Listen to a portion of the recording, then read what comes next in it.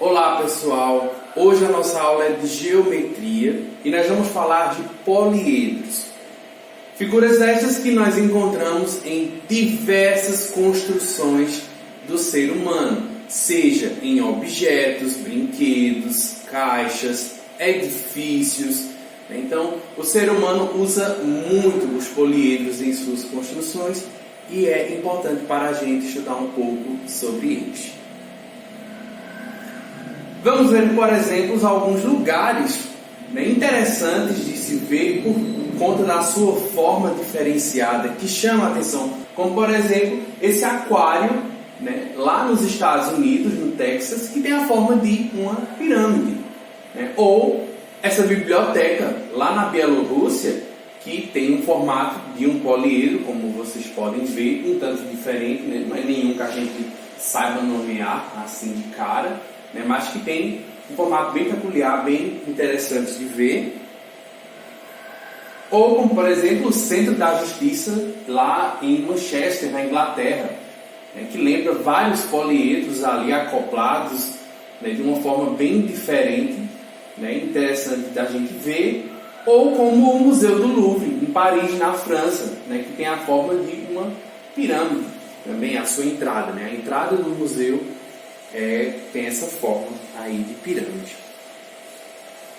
Então, o que seria um poliedro? Vamos começar pelo sentido em si da palavra.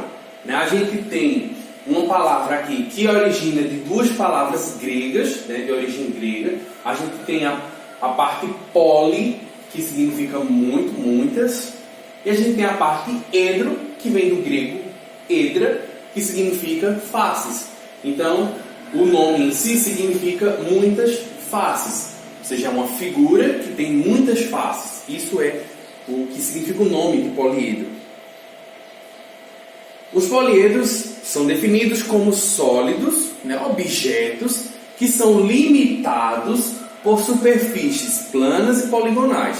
Então, para ser um poliedro, tem que ser uma superfície plana, ou seja, nas suas faces, ou seja, o que cobre o objeto tem que ser uma superfície plana, e poligonal. O que é isso? Quer dizer que tem que ser um polígono. Um polígono, uma figura plana, apenas composto de linhas retas. Então, um poliedro não pode ter linhas curvas, certo? Aí nós temos três componentes básicos do poliedro. Como eu já falei, as faces, que é o que compõe o que cobre todo o espaço do poliedro, as faces, que são os polígonos. Nesse caso, por exemplo, retângulos, quadrados, são os polígonos que cobrem o poliedro. Nós temos as arestas, que são as linhas de encontro entre as faces. É onde as faces se conectam, são essas linhas.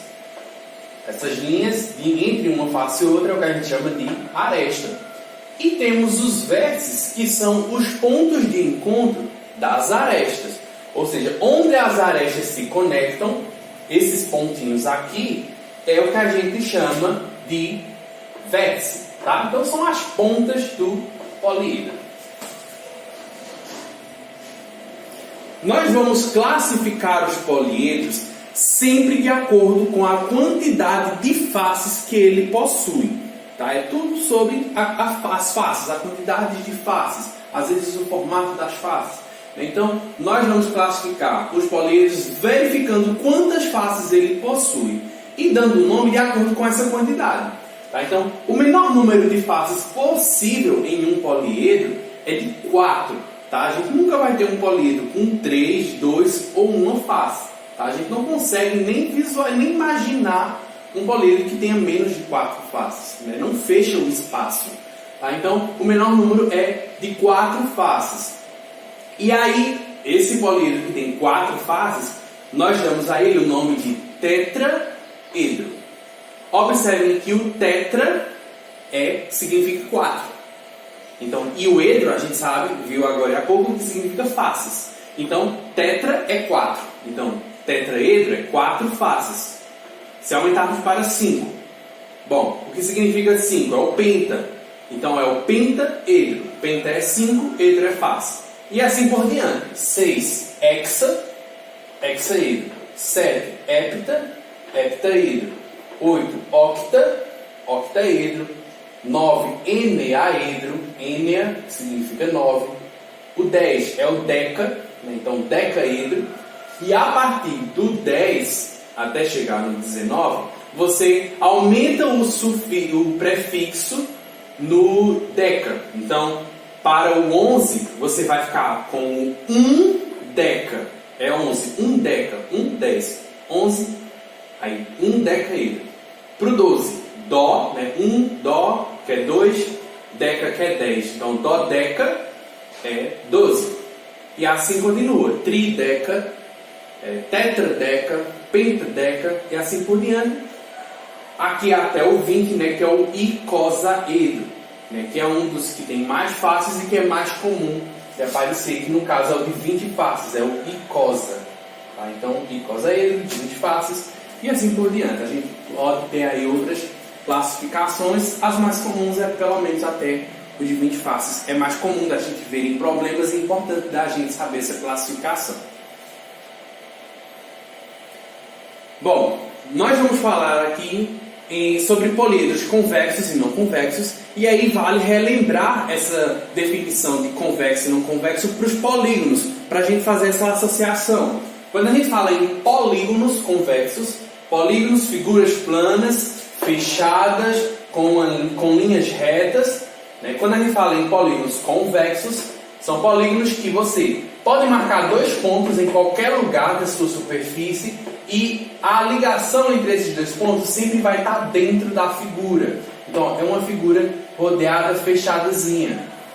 Os não convexos, acontece o quê? Tem alguma abertura entre eles, de modo que se você marcar pontos em lugares diferentes do poliedro, do polígono, você vai ter ali uma abertura onde passa essa linha fora do polígono. Então isso é o que determina ele como não convexo.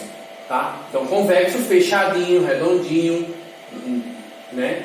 E não convexo se tiver alguma abertura, se tiver alguma entrada, algum pedaço ali faltando no meio do polígono. Então isso torna ele não convexo. Mesma coisa para os poliedros. Tá? Então os poliedros convexos, eles são todos fechadinhos. Se você pegar 2 pontos em qualquer lugar do poliedro e ligar eles, aquela ligação vai estar dentro do poliedro, não vai ter nenhum pedaço para o lado de fora, né? Então, os não convexos, aquela ideia, você marcou 2 pontos, ligou eles, ó, tem um buraco aqui no meio, então isso aqui é não convexo. Ó, marcou 2 pontos aqui, P e N, ó, só que está do lado de fora, então não convexo também, tá? Ó, tem um pedaço aqui faltando, tá vendo? Tem um buraco aqui no meio, só que configura convexo e não convexo. Bom, um matemático que estudou uma relação que hoje é muito conhecida no estudo dos poliedros foi o matemático alemão Leonhard Euler, ou Euler, né? Euler, no caso a pronúncia é alemã, e aí essa relação ficou muito conhecida, né, por ser uma relação que envolve ali as quantidades de elementos dos poliedros, né, e que é válida para muitos poliedros. Então é muito comum da gente utilizar ela em algumas situações de problemas. Bom, vamos tentar entender que relação é essa. Euler percebeu que existe algo que relaciona para alguns determinados poliedros a quantidade de vértice, face e aresta que esses poliedros possuem.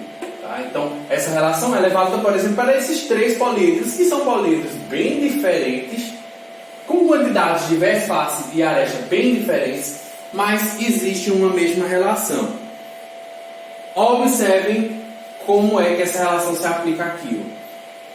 Ele percebeu que se você soma de um lado vértice com face, é a mesma coisa que a quantidade de arestas mais 2. Então, ó, vértice e face do paralelepípedo ou hexaedro. 8 e 6, 14. Do outro lado, a quantidade de aresta 12 mais 2, 14 também. No pendraedro, Ó, 5 e 5, 10. Aresta mais 2. 8 mais 2, 10 também.